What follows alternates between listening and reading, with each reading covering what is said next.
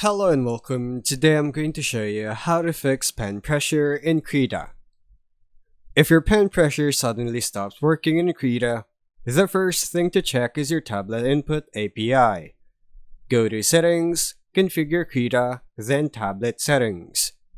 On Windows, you'll see options like Windows Ink, which is the Windows 8 plus pointer input, and WinTab.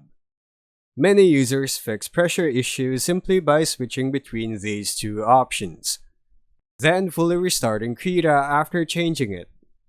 Krita and your tablet driver must match. If Windows Ink is enabled in Krita, it usually also needs to be enabled in your tablet driver settings and vice versa.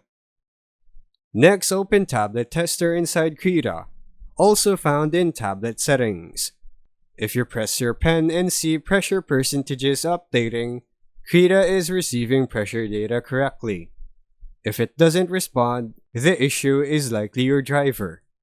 If pressure works in other apps but not in Krita, restart your tablet driver or reinstall it directly from your tablet manufacturer's official website. Several users report that Windows updates can corrupt tablet drivers, and a clean reinstall fixes the issue. Also, check your brush.